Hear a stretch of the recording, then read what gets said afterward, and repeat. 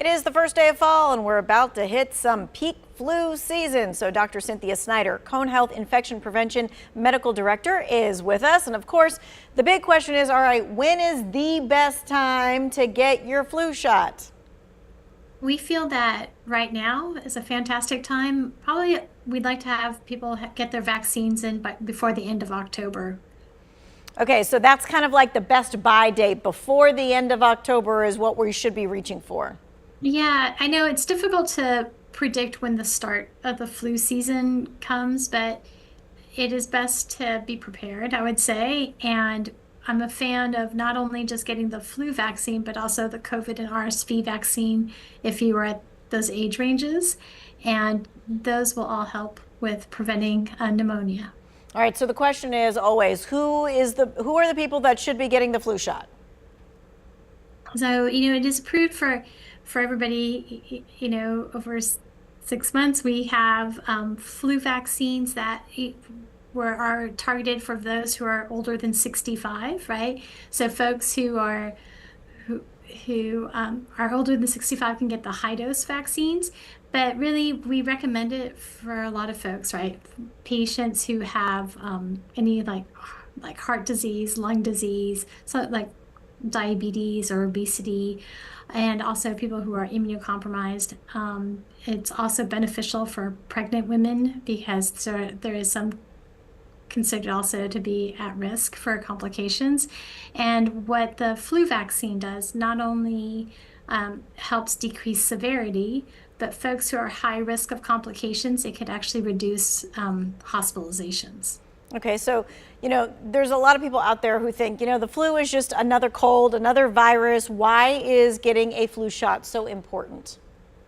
So it's not just like another respiratory virus. I feel like, when you talk to somebody that's had the flu, they really do realize how severe it is. It feels like you kind of got hit by a bus. It lays you out, you miss work, you can spread it to your family members. And it is associated with, folks, especially if you have an underlying health issue, it can cause worsening process. It's not unusual for us to see patients who are hospitalized with flu who have a mild heart attack with it. Or worsening respiratory underlying issues. So the fact that there are vaccines that prevent those complications that are safe to give, we really recommend folks to take them. Mm-hmm. For people who are worried about the potential side effects of the flu shot, you hear all kinds of things. What should you tell them, or what would you want them to know about the possible side effects? Right. So the flu vaccine is inactivated, right? It doesn't mean you're actually getting flu to get sick.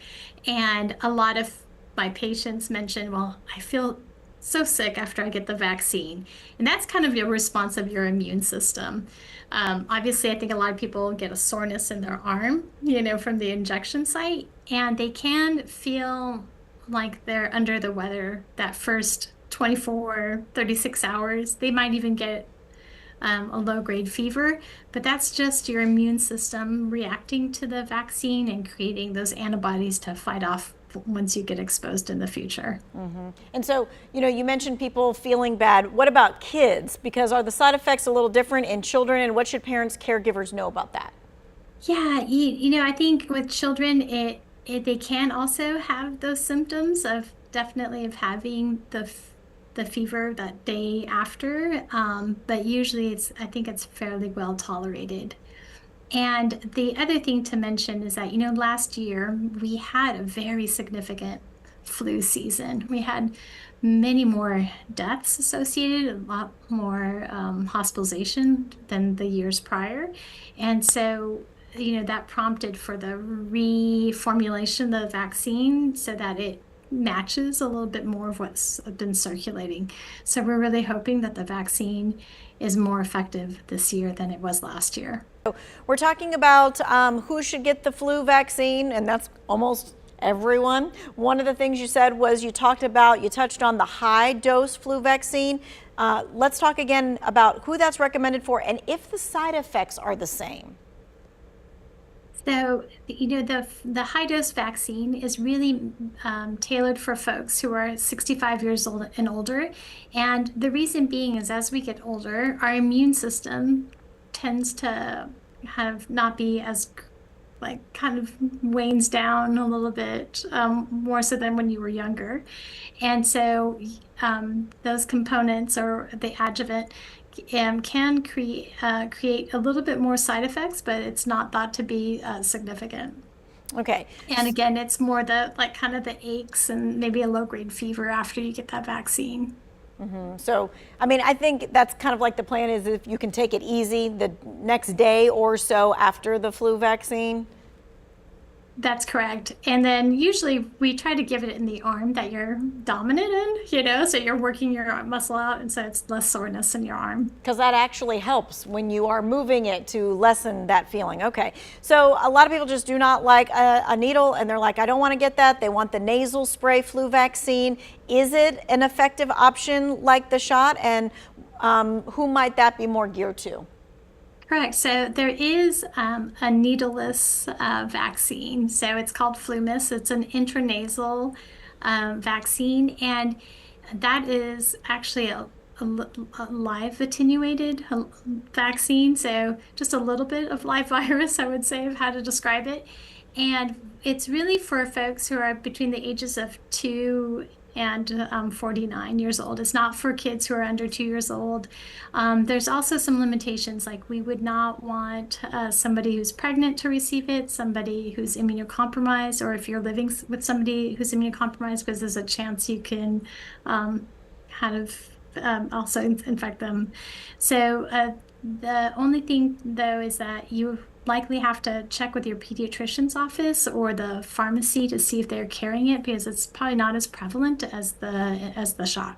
To make sure that it's there. Don't be walking in just thinking everybody's got it fully stocked. Got it. Okay. Correct. So let's talk about if you're not up to date on your COVID vaccine or you're in need of getting the RSV vaccine. Is it okay to get all three of them together? Do we need to space them out?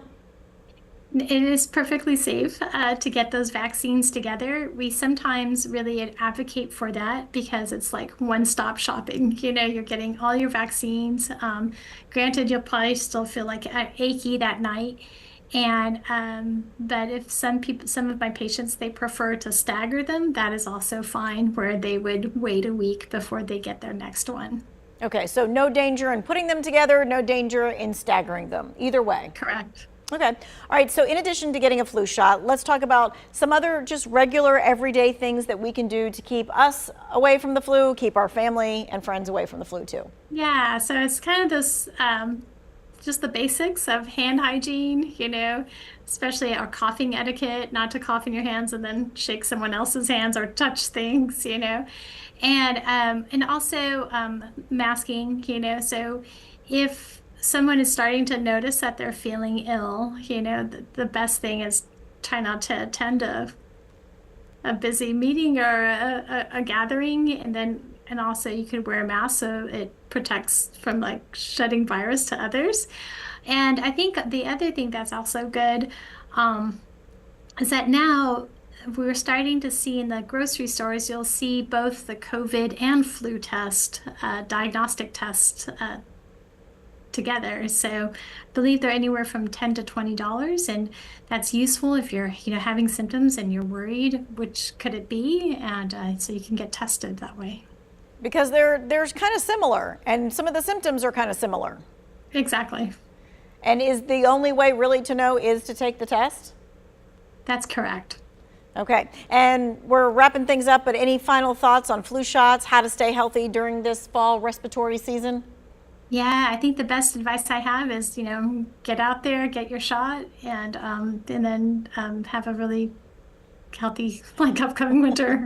That's right. We want to be healthy from October all the way through March and just skip flu season altogether. We appreciate your time and expertise. Hey, if you missed any of this, maybe you need to send it to someone. They were just maybe asking stuff about the flu shot. It's going to be in the 2-year well-being section of our website.